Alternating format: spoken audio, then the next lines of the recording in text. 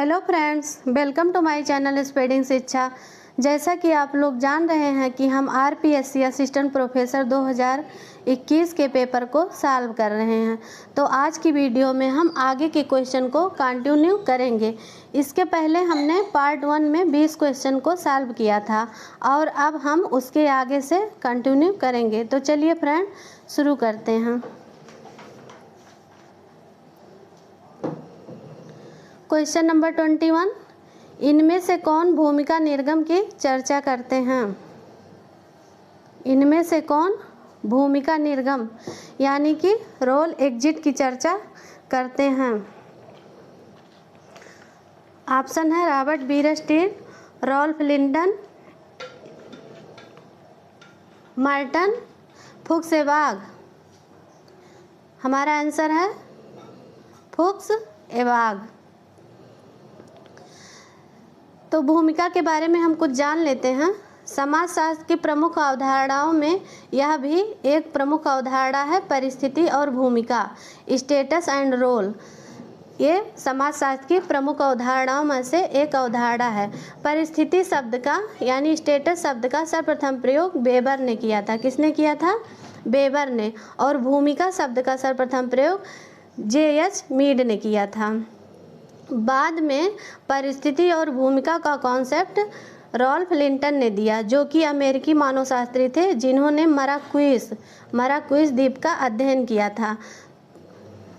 भूमिका जो होती है, जो ये रोल होता है, ये परिस्थिति का गतिशील पहलू है। भूमिका क्या है? परिस्थिति का गतिशील पहलू है।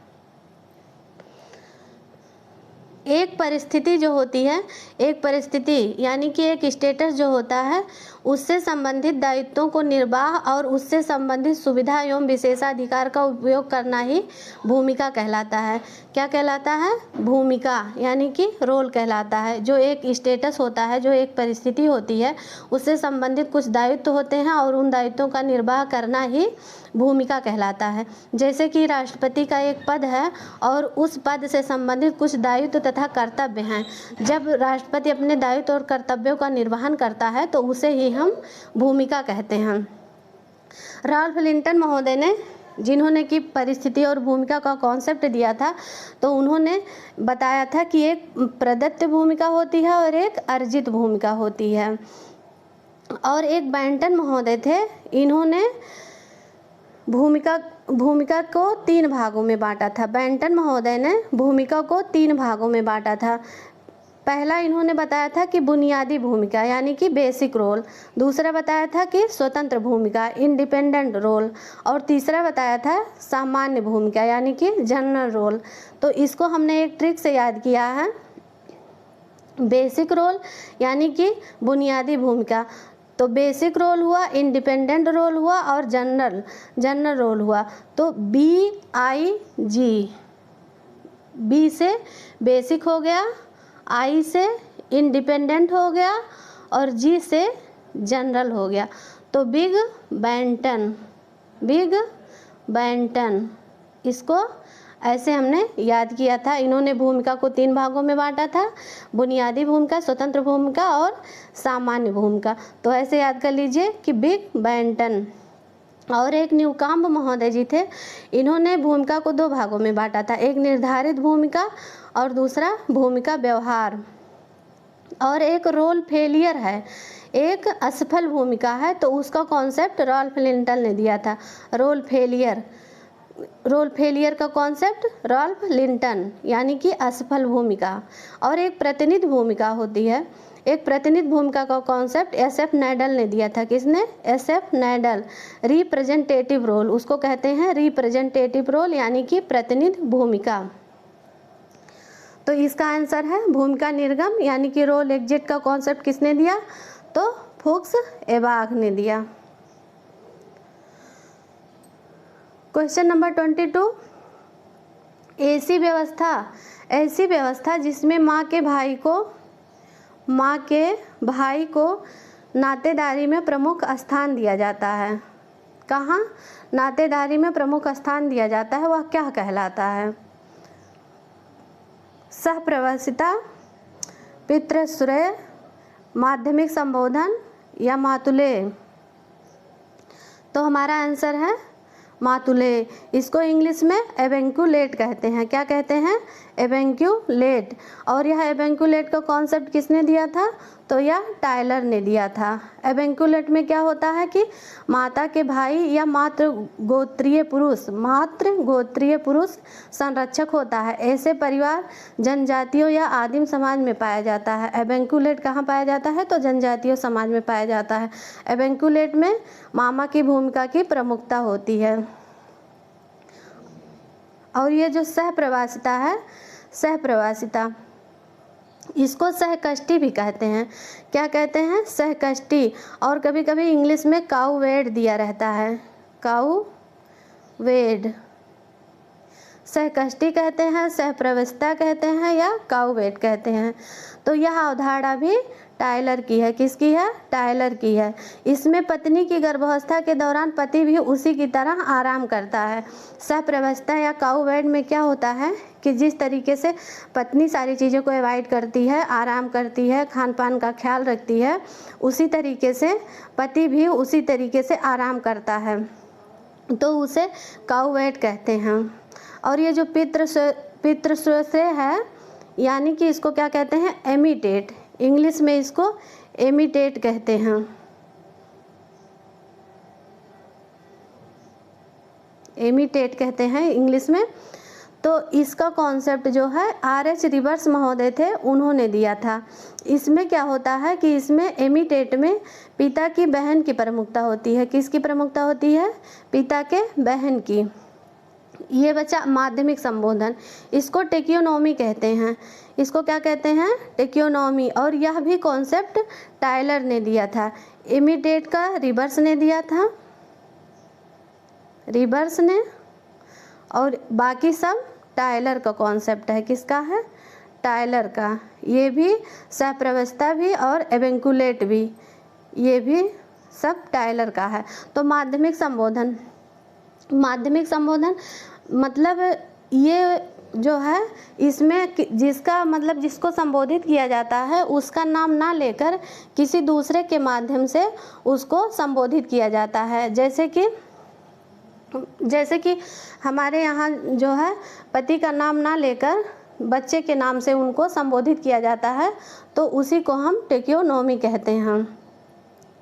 और ये कॉन्सेप्ट जो है एडवर्ड वार्नर टायलर महोदय ने दिया था। ये वही टायलर हैं जिन्हें सांस्कृतिक मानवशास्त्री या मानवशास्त्र का पिता कहा जाता है। टायलर जी को सांस्कृतिक मानवशास्त्री या मानवशास्त्र का पिता कहा जाता है।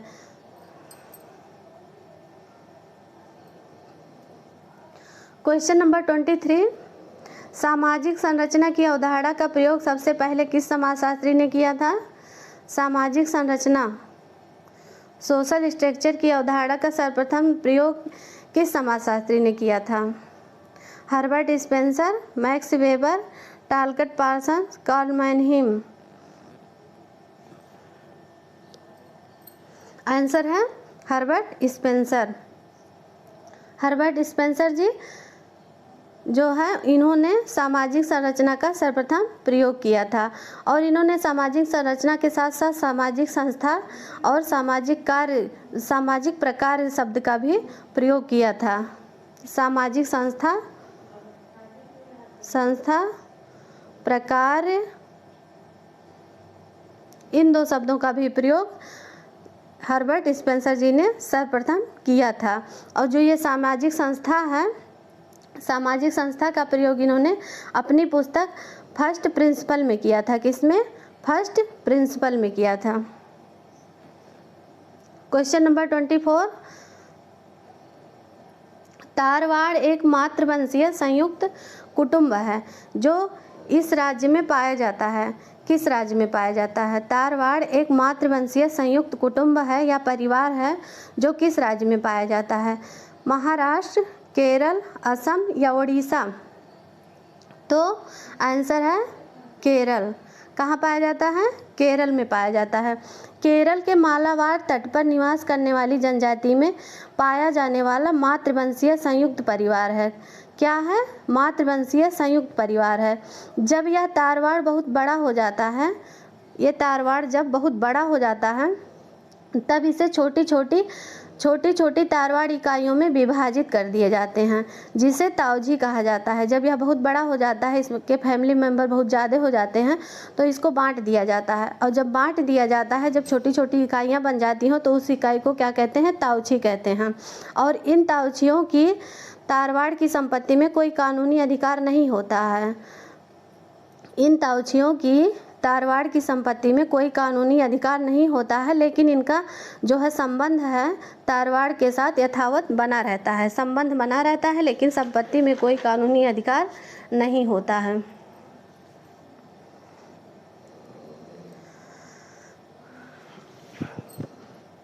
क्वेश्चन नंबर 25, समनर ने सामाजिक समूह को किन दो भागों में विभक्त किया है?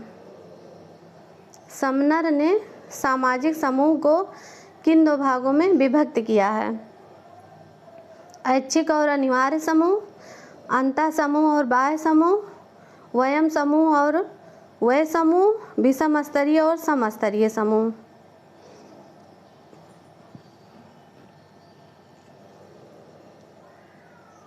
हमारा आंसर है अंतः समूह और बाह्य समूह।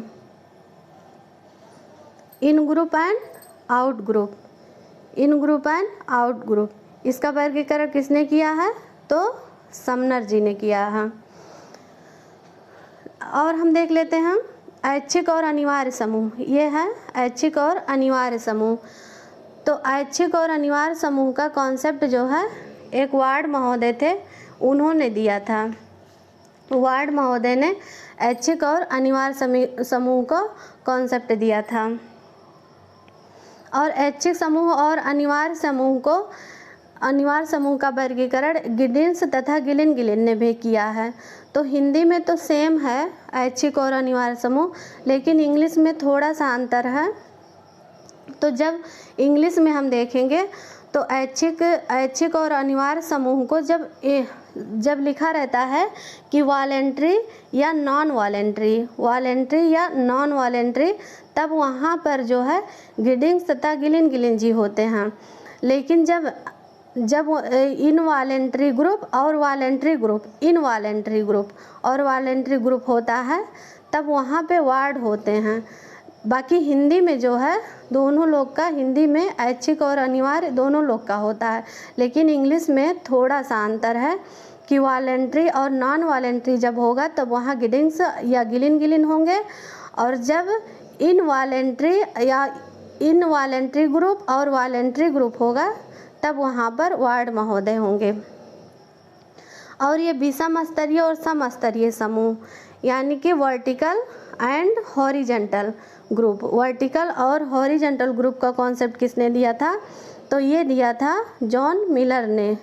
वर्टिकल एंड हॉरिजेंटल ग्रुप का कॉन्सेप्ट ये मिलर ने दिया था। अच्छा, एक आता है कि ऐच्छिक और अनैच्छिक एवं प्रतिनिधि समूह। जैसे ये अनिवार्य समूह और ऐच्छिक समूह है, अनिवार्य समूह ऐच्छिक समूह, तो ये वार्ड ने दिया है और गिलिन ने दिया है। वार्ड, गिडिंग्स और गिलिन इन तीनों लोगों ने दिया है। तो ऐसे ही ऐच्छिक अनैच्छिक एवं प्रतिनिधि समूह होता है। उसमें ऐच्छिक अनैच्छिक एवं प्रतिनिधि समूह जब होगा तब वो सेंडरसन महोदय जी का कॉन्सेप्ट हो जाएगा। किसका? सेंडरसन महोदय जी का। ऐच्छिक अनैच्छिक प्रतिनिधि समूह सेंडरसन महोदय जी का हो जाएगा।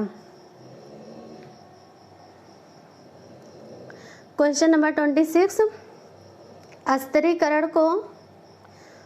स्तरीकरण को व्यक्तियों के विभिन्न समूहों के बीच संरचित असमानता के रूप में परिभाषित किया जा सकता है। यह कथन किसका है? ये स्टेटमेंट है कि स्तरीकरण को व्यक्तियों के विभिन्न समूहों के बीच संरचित असमानता के रूप में परिभाषित किया जा सकता है। यह कथन किसका है?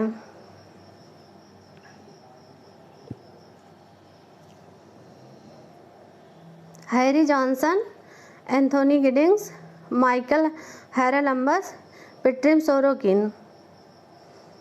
आंसर है एंथोनी गिडिंग्स। स्ट्रैटिफिकेशन को हम देख लेते हैं कि सोशल स्ट्रैटिफिकेशन यानी कि सामाजिक स्तरीकरण समाजशास्त्र की महत्वपूर्ण अवधारणा है। क्या है? महत्वपूर्ण अवधारणा है। स्तरीकरण शब्द यानी कि स्ट्रैटिफिकेशन का शब्द जो है समाजशास्त्र में भूगर्भ शास्त्र यानी कि जियोलॉजी से 1940 के दशक में आया है। कहाँ से आया है? भूगर्भ शास्त्र यानी कि जियोलॉजी से 1940 के दशक में आया। जिस प्रकार मिट्टी की परतें होती हैं, जिस प्रकार मिट्टी की कई परतें होती हैं, जैसे में मेंटल, क्रस्ट, कोर, ये सब हुआ, जैसे कई लेयर में बटी होती हैं मिट्टी की परतें, उसी प्रकार समाज भी कई स्तरों में बटा होता है। इस प्रकार समाज के समूहों एवं सदस्यों के विभिन्न स्तरों अर्थात प्रत्येक समाज में परिस्थितियां पाई जाती हैं जिसमें उच्चता एवं निम्नता, श्रेष्ठता एवं हीनता की भावना पाई जाती है, उसे ही हम स्तरीकरण कहते हैं। समाज में जो है अनेक इकाइयां होती हैं जिसमें कि उच्चता या हीनता की भावना होती है। समाज में अनेक परिस्थितियां पाई जाती हैं, तो उनमें जो उच्चता और निम्नता का क्रम होता है उसे ही हम स्ट्रैटिफिकेशन कहते हैं। क्वेश्चन नंबर 27, अनुसूचित जनजाति के लिए राष्ट्रीय आयोग का सृजन भारतीय संविधान के किस संशोधन के द्वारा किया गया? किस संशोधन के द्वारा किया गया? तो 65वां संशोधन, 78वां संशोधन, 90वां संशोधन या 91वां संशोधन? कौन सा होगा आंसर? तो हमारा आंसर है 89वां संशोधन, 89 संशोधन। क्वेश्चन नंबर 28, भारत की प्रजातियां एवं संस्कृतियां नामक पुस्तक के लेखक कौन हैं? भारत की प्रजातियां एवं संस्कृतियां नामक पुस्तक के लेखक कौन हैं? इसको इंग्लिश में देखेंगे तो समझ में आ जाएगा कि races and culture of India, races and culture of India किसकी बुक है? तो ये है D.N. मजूमदार जी की। किसकी है? D.N. मजूमदार जी की। इनका पूरा नाम है धीरेन्द्र नाथ मजूमदार। D.N. मजूमदार जी का पूरा नाम है धीरेन्द्र नाथ मजूमदार। इन्होंने हो और मुंडा जनजाति का अध्ययन किया था। किसका अध्ययन किया था? हो और मुंडा जनजाति का अध्ययन किया था। उसके बाद जब इन्होंने हो और मुंडा जनजाति का अध्ययन किया, उसके बाद इन्होंने माना जैसी अलौकिक शक्ति का अध्ययन किया। किसका अध्ययन किया? माना जैसी अलौकिक शक्ति का अध्ययन किया, जिसे जनजातियों में बोंगा कहा जाता था। क्या कहा जाता था? बोंगा कहा जाता था। किसको? माना जैसी अलौकिक शक्ति को बोंगा कहा जाता था। उसी आधार पर इन्होंने बोंगावाद का विचार दिया था। क्या दिया था? बोंगावाद का विचार दिया था। इन्होंने जो है प्रोटो ऑस्ट्रेलायड या इंडो ऑस्ट्रेलायड को भारत की प्राचीनतम प्रजाति कहा। क्या कहा? प्राचीनतम प्रजाति कहा। किसको? प्रोटो ऑस्ट्रेलायड या इंडो ऑस्ट्रेलायड को भारत की प्राचीनतम प्रजाति कहा। इन्होंने भारतीय संस्कृति को समझने के लिए मार्ग की अवधारणा दी थी। भारतीय संस्कृति को समझने के लिए मार्ग की अवधारणा दी थी। तो यम से जो है, यम से मैन बताया था इन्होंने, ए से एरिया बताया था, और आर से रिसोर्स बताया था, और सी से कोऑपरेशन बताया था। इन्होंने भारतीय संस्कृति को समझने के लिए जो मार्ग की अवधारणा दी थी, तो उसमें जो है एम से मैन, ए से एरिया, आर से रिसोर्स और सी से कोऑपरेशन बताया था। इनके अनुसार जो है भारतीय संस्कृति के 4 स्तंभ हैं। भारतीय संस्कृति के 4 स्तंभ हैं जिससे इस संस्कृति का निर्माण हुआ है। इन्होंने मोहाना गांव के अध्ययन के बाद एक पुस्तक लिखी थी। इन्होंने मोहाना गांव का भी अध्ययन किया था, तो उसके बाद एक पुस्तक लिखी थी जिसका शीर्षक था छोर का एक गांव। कौन सा शीर्षक था? तो छोर का एक गांव। और इन्होंने मोहाना गांव और दुद्धि गांव का भी अध्ययन किया था। मोहाना गांव और एक दुद्धि गांव था, उसका भी इन्होंने अध्ययन किया था। और इन्होंने कानपुर नगर तथा लखनऊ के 30,000 बालकों का अध्ययन भी किया था। कानपुर नगर के और लखनऊ के 30,000 बालकों का अध्ययन किया था। किसने? तो D.N. मजुमदार जी ने। Question number 29, E.A. रास ने समाजशास्त्र में अध्ययन का आधार बनाया। E.A. रास महोदय ने समाजशास्त्र में अध्ययन का कौन सा आधार बनाया था? तो सामाजिक स्त्रीकरण, सामाजिक समूह, सामाजिक परिवर्तन या सामाजिक नियंत्रण। तो हमारा आंसर है सामाजिक नियंत्रण। किसको आधार बनाया था? तो सामाजिक नियंत्रण। वैसे तो सामाजिक नियंत्रण समाज की आरंभिक अवस्था में ही विद्यमान था, लेकिन इसका व्यवस्थित उल्लेख अमेरिकन समाजशास्त्री E.A. रास द्वारा 1901 में प्रकाशित पुस्तक द सोशल कंट्रोल, क्या? द सोशल कंट्रोल, उसी में इसका कॉन्सेप्ट दिया था। E.A. रास से कंफ्यूज मत होइएगा, क्योंकि एक हैं A.D. रास। तो E.A. रास ध्यान दीजिएगा कि इनका जो है E.A. रास हैं, जिन्होंने सोशल कंट्रोल का कॉन्सेप्ट दिया था। और अपनी किस बुक में? तो द सोशल कंट्रोल, जो कि 1901 में प्रकाशित हुई थी। इन्हें सामाजिक नियंत्रण का जनक कहा जाता है। किसे? तो E.A. रास महोदय जी को सामाजिक नियंत्रण का जनक कहा जाता है।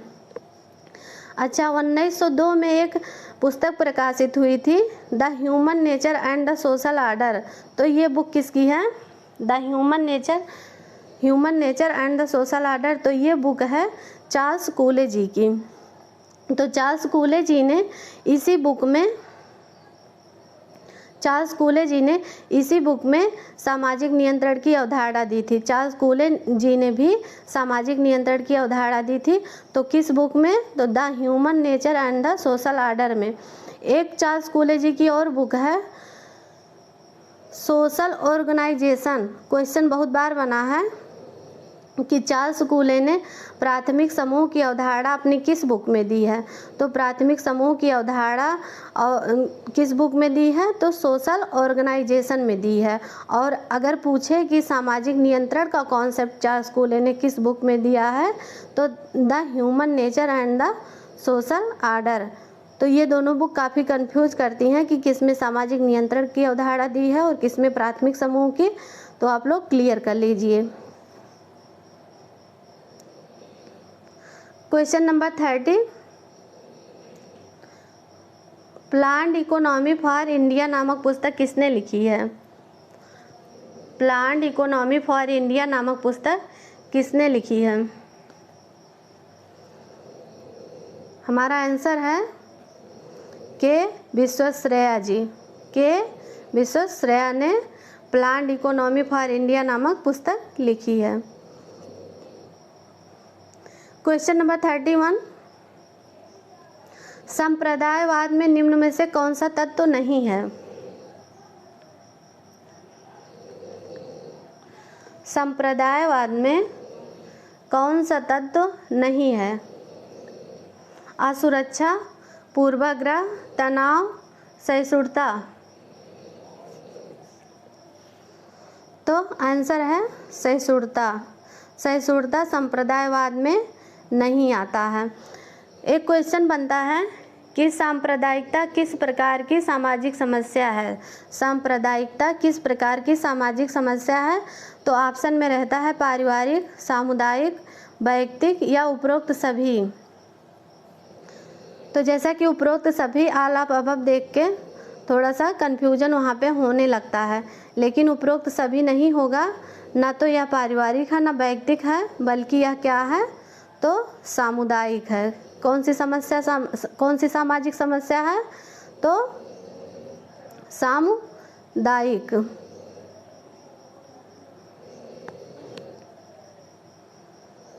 क्वेश्चन नंबर 32, किसने सामाजिक गतिशीलता को दो तरीकों रैखिक ऊर्ध्व तथा क्षैतिज में वर्गीकृत किया है? सामाजिक गतिशीलता यानी कि सोशल मोबिलिटी को रैखिक या ऊर्ध्व तथा क्षैतिज में वर्गीकृत किया है। यानी कि वर्टिकल एंड हॉरिजॉन्टल मोबिलिटी में किसने वर्गीकृत किया है? Vertical and horizontal mobility. Answer है पेट्रिम सोरोकिन। पेट्रिम सोरोकिन ने हॉरिजॉन्टल एंड वर्टिकल मोबिलिटी में वर्गीकृत किया है। यहाँ पर एक चीज़ ध्यान देना है कि जैसे ये रैखिक और ऊर्ध्व गतिशीलता या क्षैतिज गतिशीलता तो सोरोकिन ने दिया है, मोबिलिटी की बात आएगी तो सोरोकिन है, लेकिन ऊर्ध्व और क्षैतिज ग्रुप की जब बात आएगी, वर्टिकल एंड हॉरिजॉन्टल ग्रुप की जब बात आएगी, तो ग्रुप का कॉन्सेप्ट जॉन मिलर ने दिया है। किसने दिया है? जॉन मिलर ने।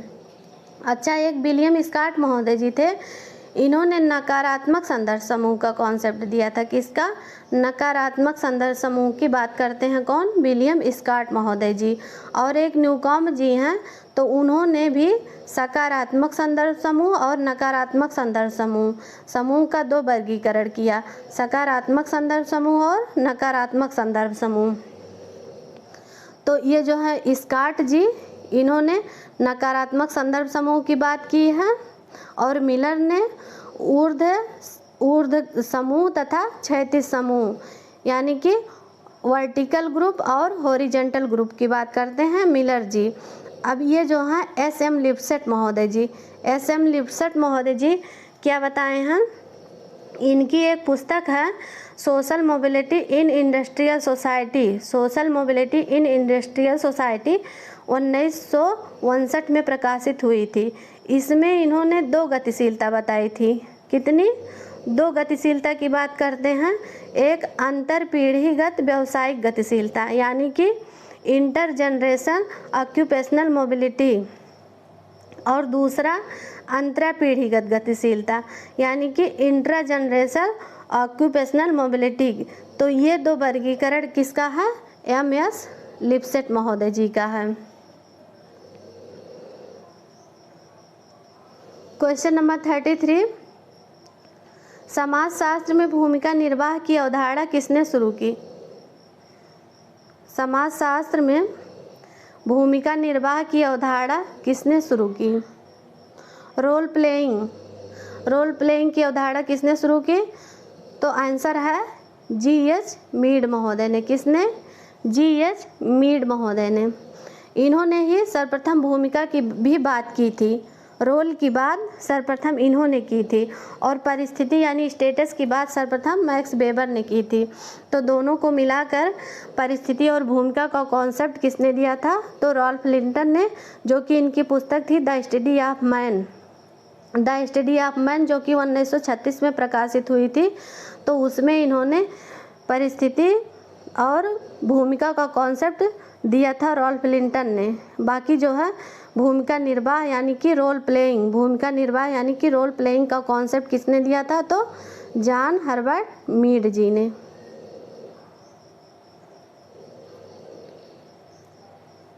क्वेश्चन नंबर 34, कौन सा कथन प्रबोधन काल के संबंध में असत्य है? क्या है? प्रबोधन काल यानी कि इनलाइटमेंट जो है, जिसको कि पुनर्जागरण काल भी कहा जाता है, प्रबोधन काल भी कहा जाता है। तो उसमें कौन सा असत्य है यानी कि गलत कौन सा है? तो प्राकृतिक जगत की तरह सामाजिक दुनिया भी नियमों से शासित है। क्या है? प्राकृतिक जगत यानी कि जो है प्राकृतिक जगत की तरह सामाजिक दुनिया भी नियमों से शासित होती है। तो क्या ये तो सही है। असत्य पूछ रहा है, इसमें कौन सा असत्य है? तो ये तो सही है। परंपरागत सत्ता में विश्वास की अस्वीकारता, परंपरागत सत्ता यानी कि ट्रेडिशनल अथॉरिटी में विश्वास की अस्वीकारता यानी कि रिजेक्शन, तो अस्वीकार करता है। तो ये भी सही है। विश्वास की समाज का स्रोत ईश्वर है, तो ये गलत है। क्योंकि जब प्रबोधन काल या इनलाइटमेंट का काल आता है, इनलाइटमेंट पीरियड आता है, या जो है पुनर्जागरण का काल होता है, तो उसमें जो है कि यह नहीं विश्वास किया जाता है कि समाज का स्रोत ईश्वर है। तो यही हमारा आंसर होगा, ये नहीं माना जाता। पूछ रहा कौन सा असत्य है, तो यही हमारा आंसर है। इसमें क्वेश्चन में बहुत आंसर मतलब कई जगह ये डी ऑप्शन लोग बताते हैं कि प्रबोधन काल से सबसे अधिक प्रभावित कार्ल मार्क्स थे, तो ज़्यादातर सब लोग यही सही करते हैं, लेकिन ये सही नहीं होगा। ऑप्शन नंबर 3 यही सही है। क्वेश्चन नंबर 35, निम्नांकित में से यह किसकी परिभाषा है कि सामाजिकरण एक प्रक्रिया है जिससे कि व्यक्ति समूह के आदर्श नियमों के अनुरूप व्यवहार करना सीखता है। ये स्टेटमेंट है, तो ये किसका है? H.M. जॉनसन, ए ग्रीन, ऑगबर्न, बोगार्ट्स।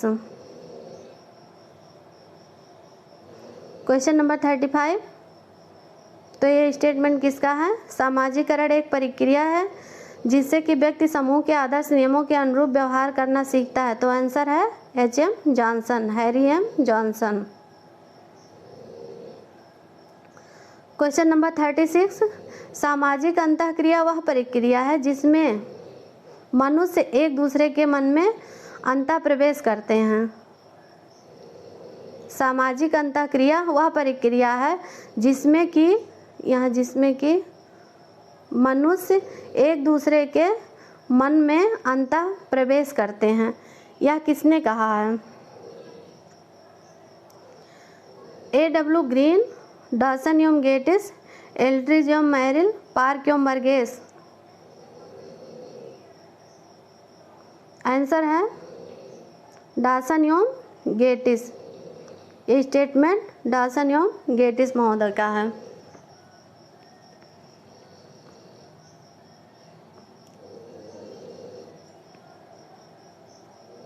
क्वेश्चन नंबर 37, निम्नांकित में से कौन सी विशेषता सामाजिक वर्ग की नहीं है? सामाजिक वर्ग की कौन सी विशेषता नहीं है? प्रदत्त परिस्थिति, सार्वभौमिक, विवृत समूह, वर्ग चेतना।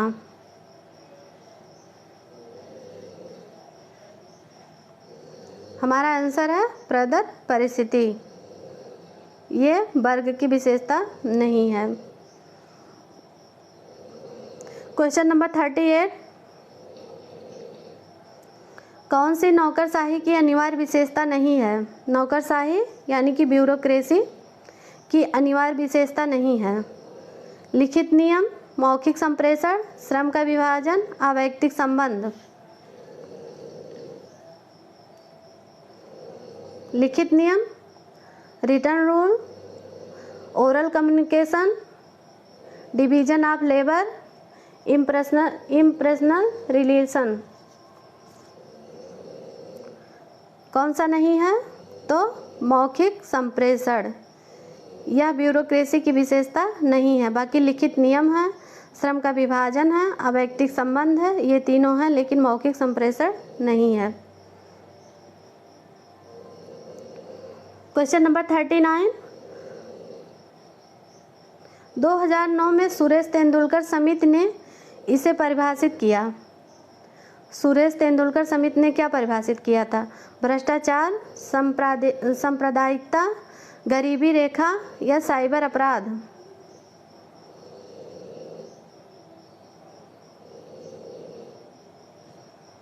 तो सुरेश तेंदुलकर कमेटी ने क्या डिफाइन किया था? गरीबी रेखा, पॉवर्टी लाइन को डिफाइन किया था सुरेश तेंदुलकर समिति ने। क्वेश्चन नंबर 40, संयुक्त राष्ट्र विकास कार्यक्रम के द्वारा कितने सतत विकास लक्ष्य अपनाए गए हैं? सतत विकास यानी कि सस्टेनेबल डेवलपमेंट। सतत विकास, सस्टेनेबल डेवलपमेंट के कितने गोल अपनाए गए हैं? 15, 17, 19 या 21? आंसर है 19। कितने गोल? 17 गोल। तो फ्रेंड्स, आज के लिए बस इतना ही। मिलते हैं अगली वीडियो में बाकी के क्वेश्चन के साथ। हम इसको कंटिन्यू करते हुए अगले वीडियो में मिलते हैं। तो फ्रेंड, धन्यवाद।